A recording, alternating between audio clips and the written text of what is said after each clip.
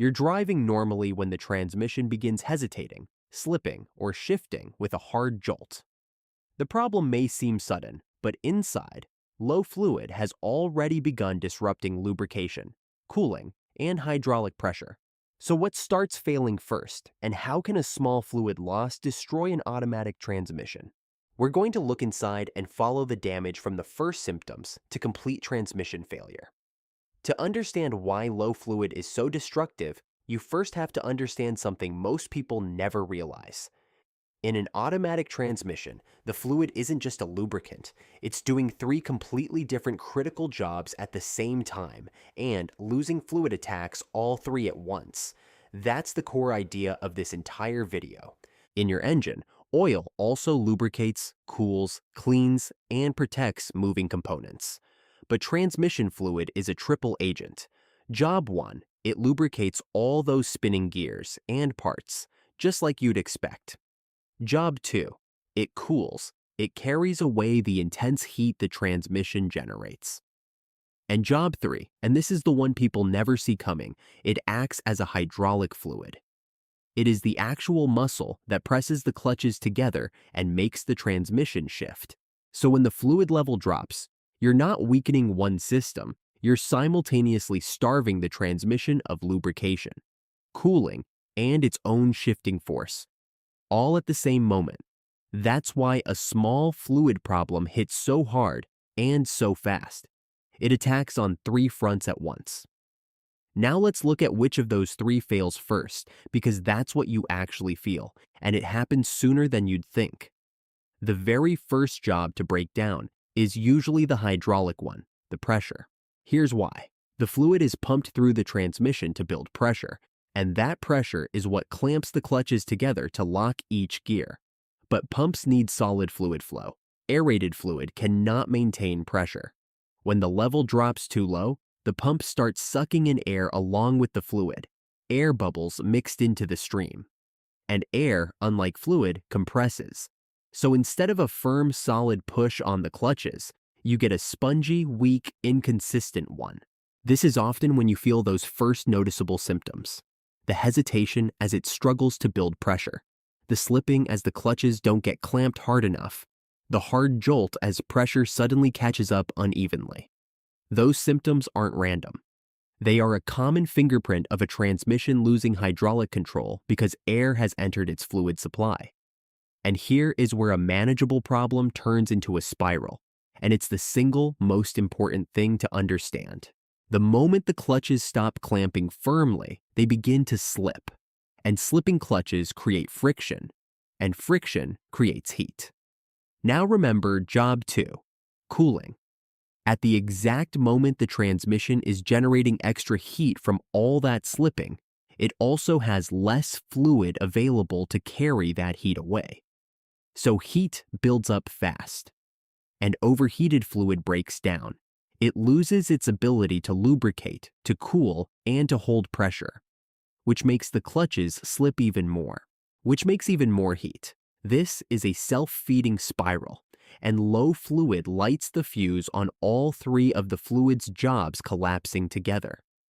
Less fluid means less cooling and less pressure, which causes slipping, which causes heat, which ruins the little fluid that's left. Once this loop starts turning, a transmission can go from shifting a little oddly to seriously damaged with alarming speed. That covers what fails first and why it accelerates. Now, let's follow the problem backward, because the transmission is telling you the fluid is low, but it isn't telling you why, and the reason matters. Unlike your engine, an automatic transmission normally operates as a closed system. It's not designed to burn or consume fluid over time the way an engine can consume oil. So here's a genuinely useful rule of thumb. If your transmission fluid is low, it usually indicates one likely cause: a leak. Incorrect filling after previous service is another possibility. Otherwise, something is letting fluid escape. The most common culprits are a worn seal or gasket that started to weep, a damaged fluid line or cooler, or a loose or failed pan gasket underneath. A possible sign is a red, brown, or amber puddle beneath the parked car, because transmission fluid changes color with age and formulation. The second, less common cause is simple neglect combined with a slow leak. A small drip that nobody tops up slowly bleeds the system down over months until the level finally drops low enough to cause symptoms. Either way, the message is the same. Low fluid is a symptom of fluid escaping, not fluid vanishing. So let's put the entire chain together, from the first drip to a dead transmission. It runs like this. A seal or gasket starts to leak. The fluid level slowly falls. Eventually, it drops low enough that the pump starts drawing in air, and hydraulic pressure becomes weak and spongy. The clutches stop clamping firmly and begin to slip. That's your first hesitation and slipping. The slipping generates heat, exactly when there's too little fluid left to cool it. The heat cooks the remaining fluid, which loses its ability to lubricate, cool, and pressurize. Now the spiral runs full speed. More slipping, more heat, more damage. The friction material on the clutches wears away and burns, contaminating whatever fluid remains. And the final stage, the clutches are so worn and the fluid so degraded that the transmission can no longer transfer power at all. The engine revs, the car won't move, and a problem that might have required only a minor seal repair and fresh fluid has become a full transmission rebuild or replacement. One of the most expensive repairs on the entire car. Which brings us to the most valuable part of this whole video, the part that can save you thousands, because this failure is one of the most preventable there is. The early warning signs are clear if you know them. Any new hesitation before the car engages when you shift into drive or reverse. Any slipping where the engine revs but the car lags, any new hard or jerky shifting, and above all, any oily puddle beneath your parked car. Any one of these is your early window. And here's the single most actionable habit in this entire video. Check your transmission fluid level periodically and take any leak seriously the moment you spot it. Some vehicles require specific procedures for accurate fluid level checks. Catching a leak early while it's just a weeping seal and a slightly low level might cost you very little. Topping the fluid and fixing a small leak is cheap.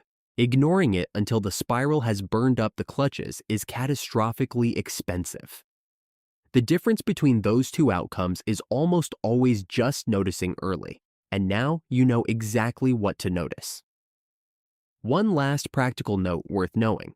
If you ever do find your fluid low fluid and burnt fluid are two different warnings. Fluid that's simply low points to a leak. Fluid that comes out dark and smells burnt is telling you the overheating spiral has already begun, and that one needs attention immediately, not next month. That is how low fluid destroys an automatic transmission, from a single leak, to air in the pump, to weak pressure and slipping clutches, to a heat spiral that consumes lubrication, cooling, and pressure all at once.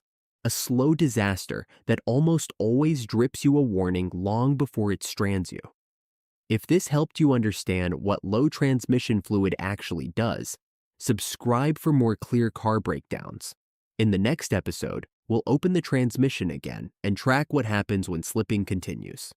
Which clutch surfaces overheat first, where the burnt material travels, and why adding fresh fluid may no longer reverse the damage. Understanding that dividing line can help you recognize when a warning still points to a manageable leak and when it signals internal failure. We'll see you in the next one.